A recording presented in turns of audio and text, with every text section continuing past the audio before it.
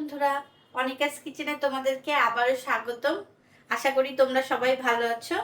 আজকে আমি তোমাদের সামনে নিয়ে এসেছি গ্রাম বাংলার জনপ্রিয় একটি খাবার, সেটি হলো চিংড়ি দিয়ে কচুর মুখী রান্না।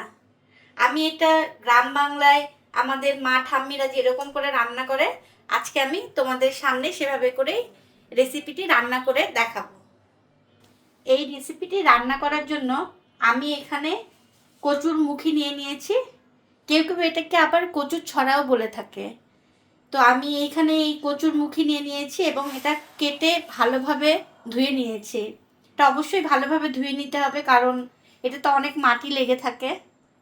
আর এখানে চিংড়ি মাছ আমি বেছে নিয়েছি, বেছে ধুয়ে রেখেছি। আর এখানে আমি জিরা বাটা, আদা বাটা নিয়ে নিয়েছি এবং এখানে পেঁয়াজ এবং রসুন বাটা রেখেছি। তো চলো রান্নায় চলে যাওয়া যাক। কড়াই গরম হয়ে গেছে, এখন আমি এতে সাদা তেল দিয়ে দেব পরিমাণ মতো।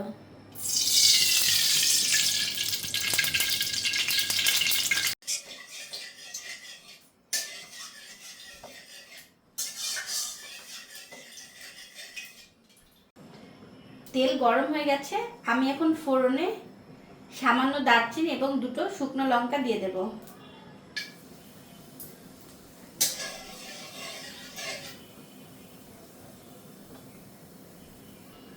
এখন এতে ধুয়ে রাখা কচুগুলো দিয়ে দেব, কচুর মুখে।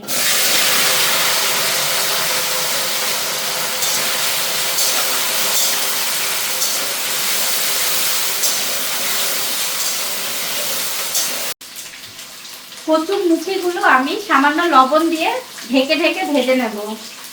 মুখিগুলো ভালোভাবে ভেজে নিতে হবে যেন সিদ্ধ হয়ে যায় ভাজতে ভাজতেই মোটামুটি।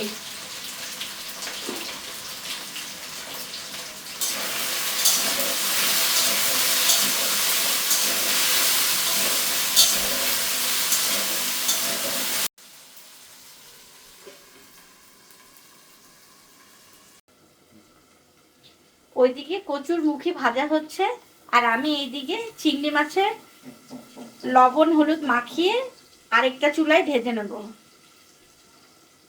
লবণ,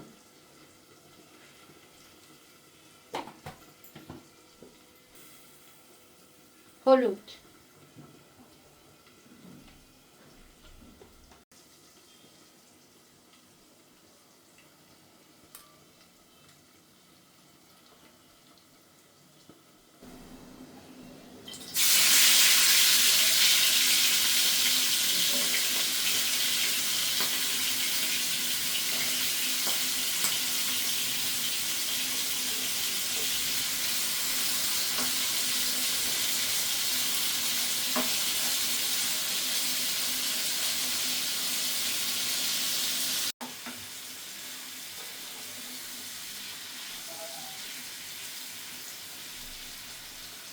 চিংড়ি মাছগুলো ভাজা হয়ে গেছে। এগুলো খুব একটা বেশি ভাজার দরকার হয় না, কারণ চিংড়ি মাছ বেশি ভাজা করলে সেগুলো আবার শক্ত হয়ে যায়।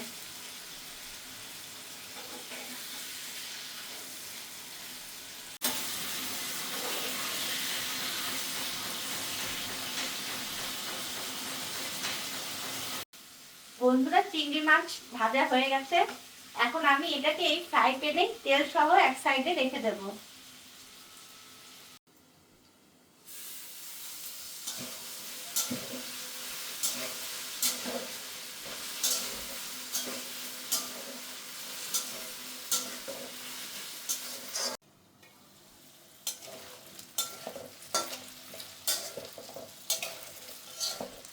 এই দেখো বন্ধুরা, কচুর মুখী আমার ভাজা হয়ে গেছে প্রায়। এখন আমি এতে মশলাগুলো দিয়ে দেব। হলুদ গুঁড়া,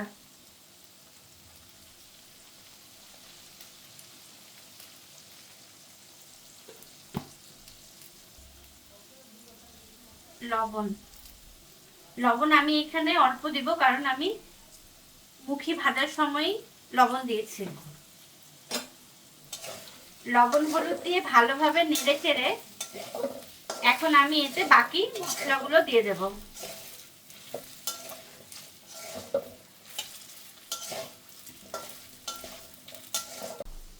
জিরা বাটা, আদা বাটা,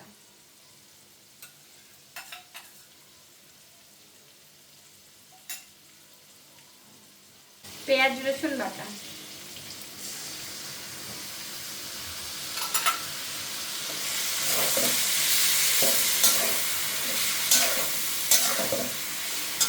সামান্য পানি দিয়ে মশলাগুলো ভালোভাবে কষিয়ে নেব।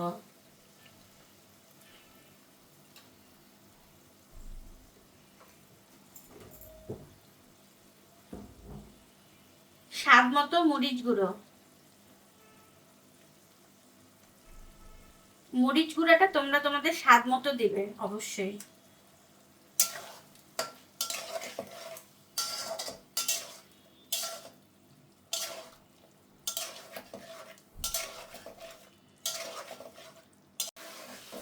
মশলাগুলো কষানো হচ্ছে, এ পর্যায়ে আমি এতে ভেজে রাখা চিংড়ি মাছগুলো তেল সহ দিয়ে দেব।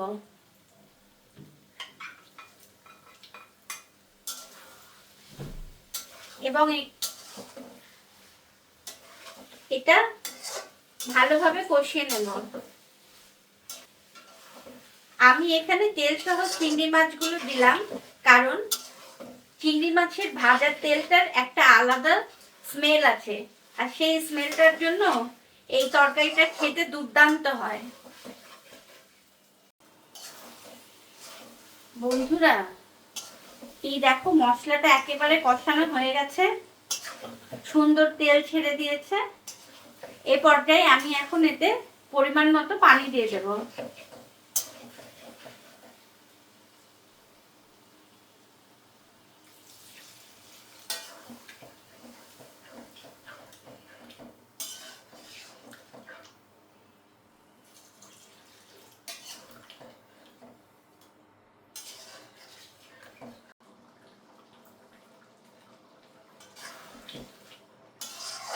এই দেখো বন্ধুরা, রান্না প্রায় হয়ে এসেছে। এ পর্যায়ে আমি এতে কয়েকটা চেরা কাঁচা লঙ্কা অ্যাড করে দেব।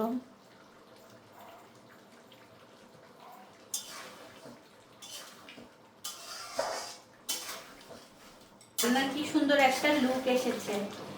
আর দেখো এই কচুরমুখী সুন্দর সফটলি সিদ্ধ হয়ে গেছে। এখন আমি চুলার আঁচটা অফ করে দেব। ব্যাস রেডি চিংড়ি মাছ দিয়ে কচুরমুখী রান্না। এখন শুধু গরম গরম ভাতের সাথে পরিবেশনের পালা।